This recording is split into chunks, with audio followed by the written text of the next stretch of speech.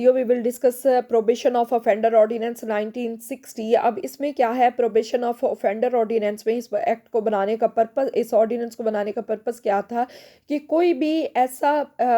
Offender है, कोई ऐसा पर्सन है जिसने कोई ऑफेंस कमिट किया है, तो बजाय इसके कि उसे जेल में भेजा जाए, वहाँ क्रिमिनल्स के साथ रखा जाए, तो उसको प्रोबेशन पे रिलीज़ किया जाए ताकि वो आगे चलकर माशरे का एक अच्छा शहरी बन सके। अब हमारा क्रिमिनल जस्टिस सिस्टम पूरा इस चीज़ पे वर्क करता है कि कोई भी ऐसा पर्सन है जिसने कोई ऑफेंस कमिट हो गया, उसमें देखा जाता है कि हैबिचुअल ऑफेंडर नहीं है, प्रीवियसली कन्विक्टेड नहीं है, उसमें ये देखा जाता है कि कोई ऐसा हेनियस ऑफेंस कमिट नहीं किया, तो वहाँ पे क्रिमिनल जस्टिस सिस्टम कहता है कि उस पर्सन को बजाय इसके कि आप सोसाइटी से रिमूव कर दें, या बजाय इसके कि आप उन्हें ऐसे लोगों की कंपनी में रखें जहाँ पे जाके अगर उसने कोई छोटा ऑफेंस कमिट किया है तो वहाँ उनकी सोबत में रहकर आगे बड़े ऑफेंसेस कमिट करने लग जाए। जैसे कोई जुवेनाइल ऑफेंडर होता है, या जैसे कोई ऑफेंडर होता है कि जिसकी एज कम होती है, 21 ईयर्स से कम होती है, यंग एज का होता है, फर्स्ट टाइम ऑफेंडर होता है, तो ऐसी तमाम चीज़ों में हमारा क्रिमिनल जस्टिस सिस्टम कहता है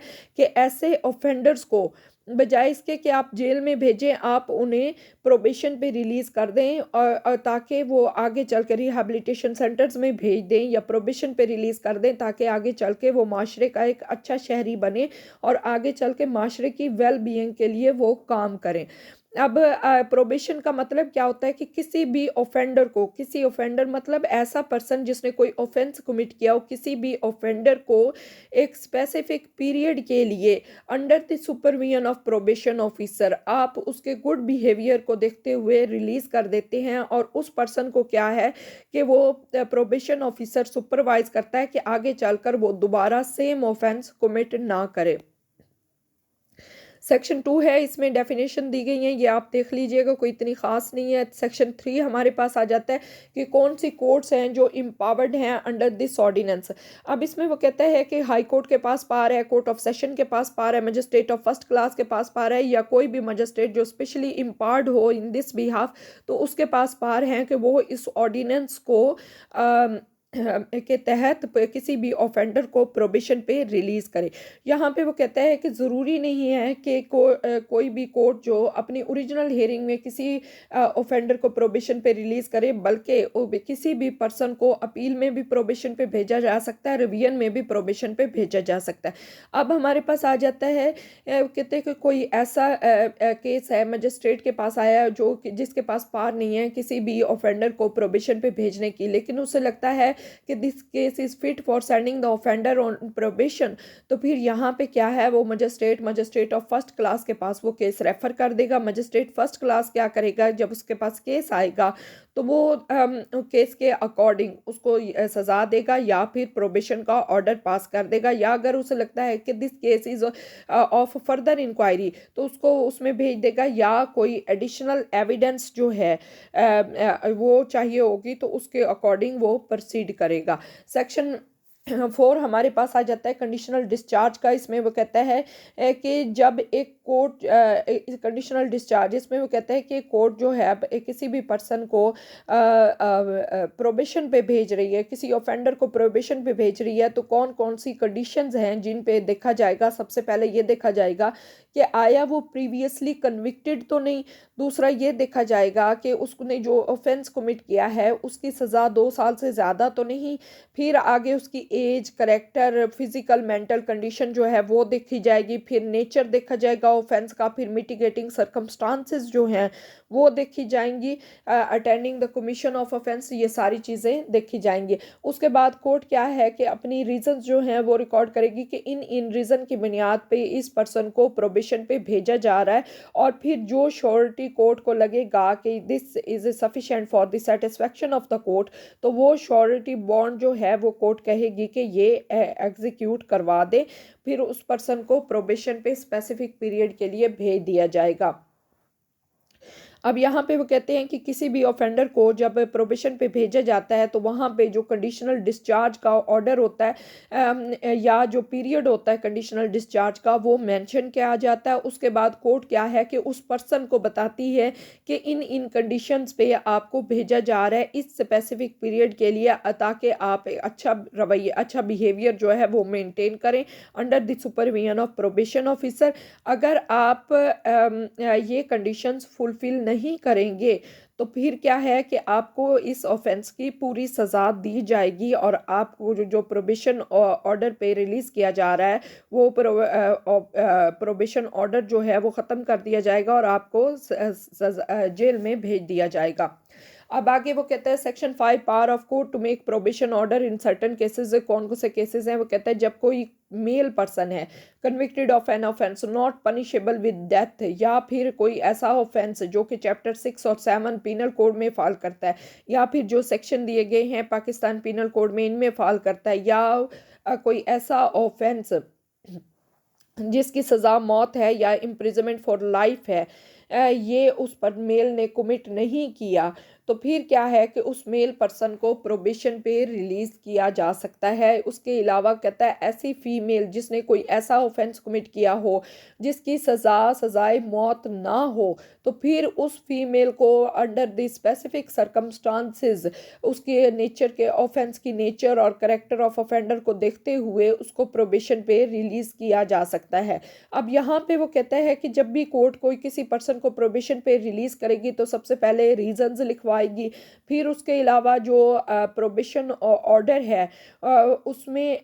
ये बताया जाएगा, कंडीशंस लिखवाई जाएंगी कि ये इन कंडीशन पे इस पर्सन को रिलीज़ किया जा रहा है under the supervision of probation officer, और ये प्रोबेशन ये इस स्पेसिफिक पीरियड के लिए प्रोबेशन पे भेजा जा रहा है जो कि स्पेसिफिक पीरियड 1 साल से कम नहीं होगा और 3 साल से ज़्यादा हो सकता है। तो यहाँ पे कोर्ट क्या है कि ये मेक श्योर करेगी कि जो एस प्रोबेशन ऑर्डर पे जो किसी भी पर्सन को रिलीज़ किया जा रहा है तो जो बॉन्ड है श्योरिटीज़ है वो लेगी कोर्ट की सेटिस्फेक्शन के लिए। फिर उसके अलावा कंडीशंस ये होंगी कि वो पर्सन माशरे में अमन बना के रखेगा, अच्छा बिहेवियर करेगा, ठीक है। प्रोबेशन ऑफिसर के पास जो भी दिन मुकर्रर किया गया होगा मंथ में उस दिन में आकर उसके पास पेश होगा, कोई ऑफेंस कमिट नहीं करेगा, किसी भी क्रिमिनल से उसका राब्ता नहीं होगा, अपने घर में कोई भी इंटॉक्सिकेंट या इस तरह की चीज़ें इस्तेमाल नहीं करेगा, कोई भी ऑफेंस कमिट नहीं करेगा। फिर कोर्ट ये मेक श्योर करेगी कि जो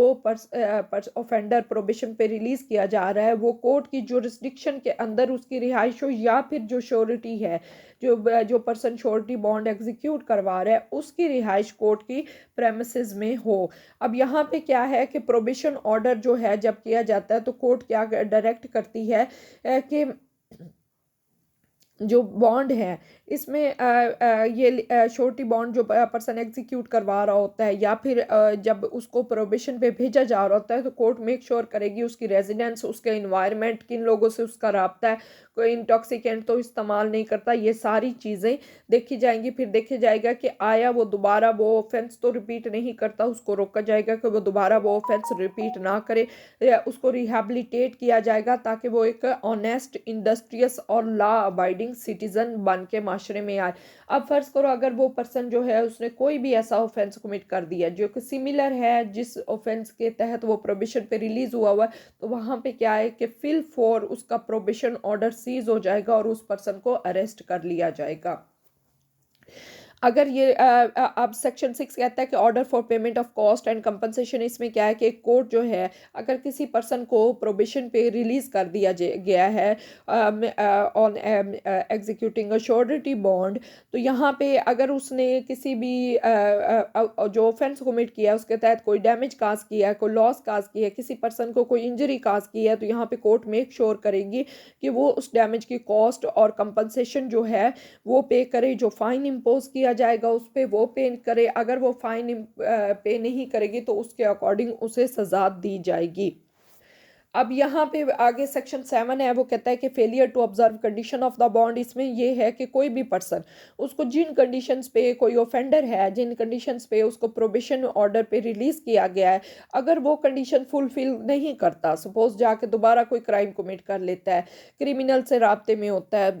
प्रोबेशन ऑफिसर जो है उसको आके मंथली रिपोर्ट नहीं करता, उसकी सेटिस्फेक्शन नहीं करता, उसके अलावा जो उसे ड्यूटी दी गई है या कोई जॉब कर रहा है या कोई कोर्ट ने ड्यूटी असाइन की है, जैसे कह देते हैं जाएं पौधे लगाएं, ये जाएं मस्जिद साफ़ करें या गलियां साफ़ करें, इस तरह का कोई काम दे देते हैं, तो वो नहीं किया या कोई भी ऐसे कंडीशन जो लिखी गई है वो नहीं की, तो यहाँ पे कोर्ट क्या करेगी कि उसके अरेस्ट के वारंट जो है वो इशू कर दिया जाएगा ऑफेंडर को, और जो पर्सन ने उसकी ज़मानत दी है उस दोनों पर्सनस को समन इशू किए जाएंगे। इसमें क्या है कि उस पर्सन को जब वो कोर्ट में पेश होगा तो कोर्ट के पास डिस्क्रिशन है कि आइदर उसको जुडिशल कस्टडी में रिमांड पे भेज दे, या फिर उसको सुनकर कोर्ट सेटिस्फाई हो जाती है तो फिर उसको बेल पर रिलीज कर दिया जाए। अब यहाँ पे कोर्ट क्या कहती है कि आफ्टर हेयरिंग द केस, अगर सेटिस्फाई होती है कि ऑफेंडर जो है उसने ये कंडीशन फुलफिल नहीं की जो कि उसको प्रोबेशन ऑर्डर में बताई गई हैं, तो यहाँ पे कोर्ट क्या है कि उस ऑफेंस की जो ओरिजिनल सज़ा है वो उसको दे दी जाती है, जो फाइन है जो उसने पहले पे किया उसके अलावा उससे 1000 रुपीज़ का फ़ाइन जो है वो इम्पोज कर दिया जाता है। अच्छा, अब हमारे पास आ जाता है कि सेक्शन 8 है power of court in appeal और रिवीजन। इसमें क्या है, वो कहता है कि कोई भी प्रोबेशन ऑर्डर पे जब किसी ऑफेंडर को रिलीज़ किया गया है तो इसके अपीलेट कोर्ट जो है वो या court of sitting in revision जो है कोई भी ऑर्डर पास कर सकती है जो कि उन्हें रिजनेबल लगता है। इसमें ये है कि वो प्रोबेशन ऑर्डर को सेट असाइड भी कर सकते हैं, कोई ग्रेटर पेनल्टी है, पनिशमेंट है, वो भी इम्पोज की जा सकती है उस ऑफेंडर को। तो ये कोर्ट के पास अपील की और रिवीजन की पावर मौजूद है। आगे हमारे पास आ जाता है section 10 variation of condition of probation. इसमें वो कहता है कि कोई भी कोर्ट जो है जब किसी पर्सन को प्रोबेशन ऑर्डर पे रिलीज़ किया जाता है किसी भी वक्त at the application of the person under probation, या प्रोबेशन ऑफिसर को ये एप्लीकेशन देता है या फिर कोर्ट को खुद लगता है, कोर्ट को सेटिस्फाई होती है, तो क्या करते हैं कि कोई भी पर्सन जो अंडर प्रोबेशन है तो वो कोर्ट के सामने जब अपीयर होता है तो on reasonable giving him a reasonable opportunity of showing cause why the bond should not be varied, तो उसका बॉन्ड जो है वो वेरी कर सकते हैं, उसको एक्सटेंड कर सकते हैं, रिड्यूस कर सकते हैं, उसमें जो प्रोबेशन पीरियड है वो बढ़ा सकते हैं, कम कर सकते हैं। तो ये कोर्ट के पास डिस्क्रिशन होती है कि वो जो कंडीशंस जिन पे उसको रिलीज़ किया गया है उन कंडीशंस को कम कर दे, लीनिएट व्यू ले ले, या उनको बढ़ा दे। यहाँ पे क्या है कि कोई भी पर्सन जो है जिसने श्योरिटी बॉन्ड एग्जीक्यूट करवाया है या फिर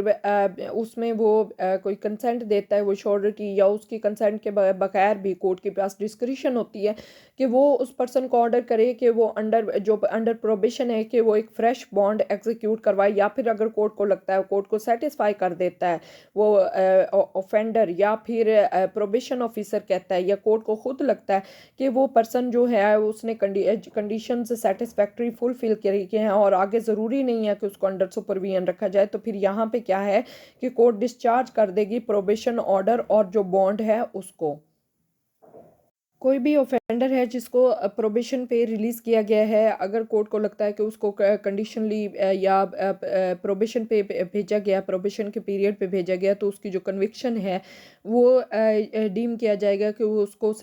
कन्विक्शन नहीं हुई, प्रीवियसली कन्विक्टेड नहीं,